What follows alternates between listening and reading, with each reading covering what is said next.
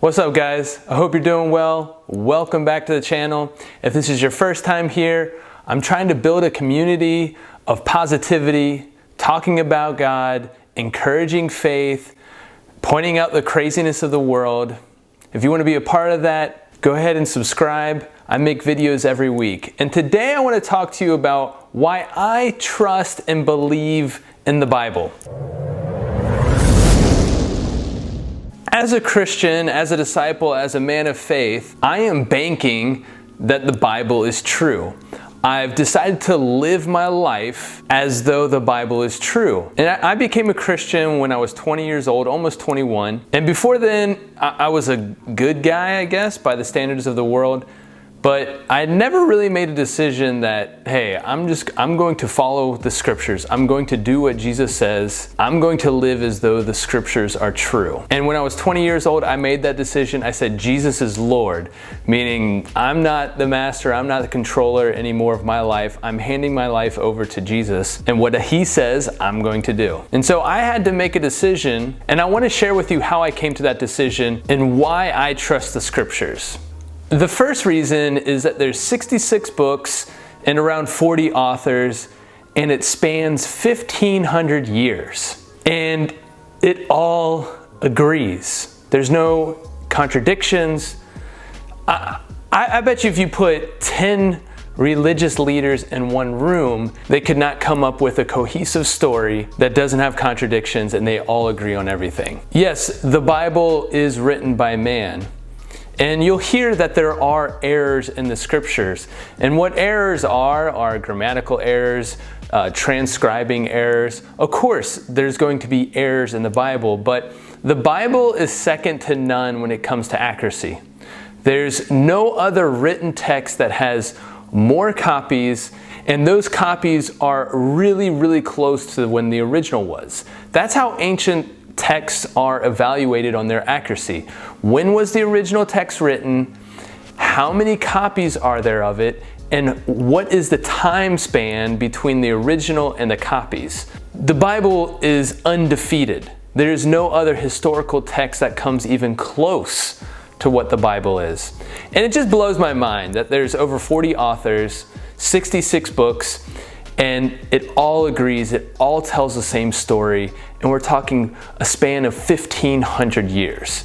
Absolutely incredible. The second reason that I trust the scriptures and why I trust the Bible to be true is that there are prophecies.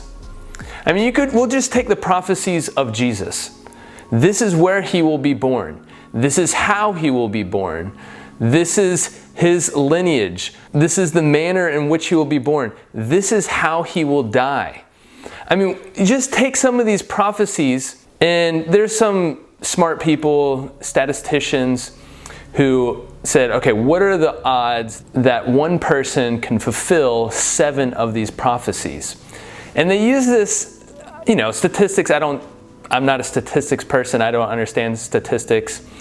But they said if you take the state of Texas, and Texas is huge, it's one of the largest states in America, and he said you fill Texas with quarters 3 feet high. So you take the whole state of Texas, you fill it up with quarters, so the quarters stack up to 3 feet high. You take one quarter and you mark it or color it or whatever, and you throw it into Texas and you mix all the quarters up. You have the same odds of picking that one quarter up as you would someone fulfilling 7 prophecies of Jesus. I mean, this is beyond, the odds of winning the lottery. It's insane. And we know that these scriptures were written before Jesus because of this incredible thing called the Dead Sea Scrolls. The Dead Sea Scrolls were discovered, and some of them date back to before Jesus was born.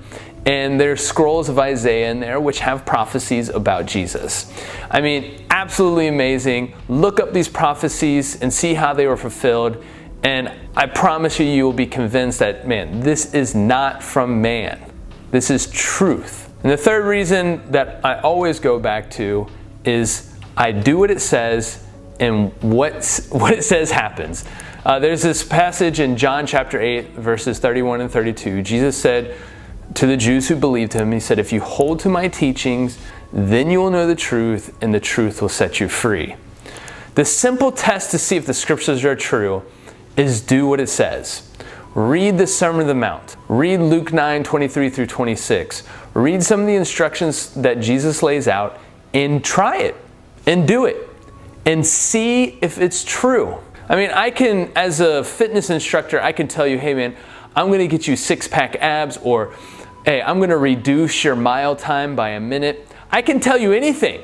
I can tell you that I'm going to make you the next Arnold Schwarzenegger. You will not know if what I'm saying is true until you start to do it. Now, if I'm bogus and said, hey, I'm going to take a minute off your mile, and you do what I say and nothing changes or a little bit changes, you're going to know that I'm completely bogus. But if you do what I say and a minute comes off your mile, then you're going to say, hey, this is true.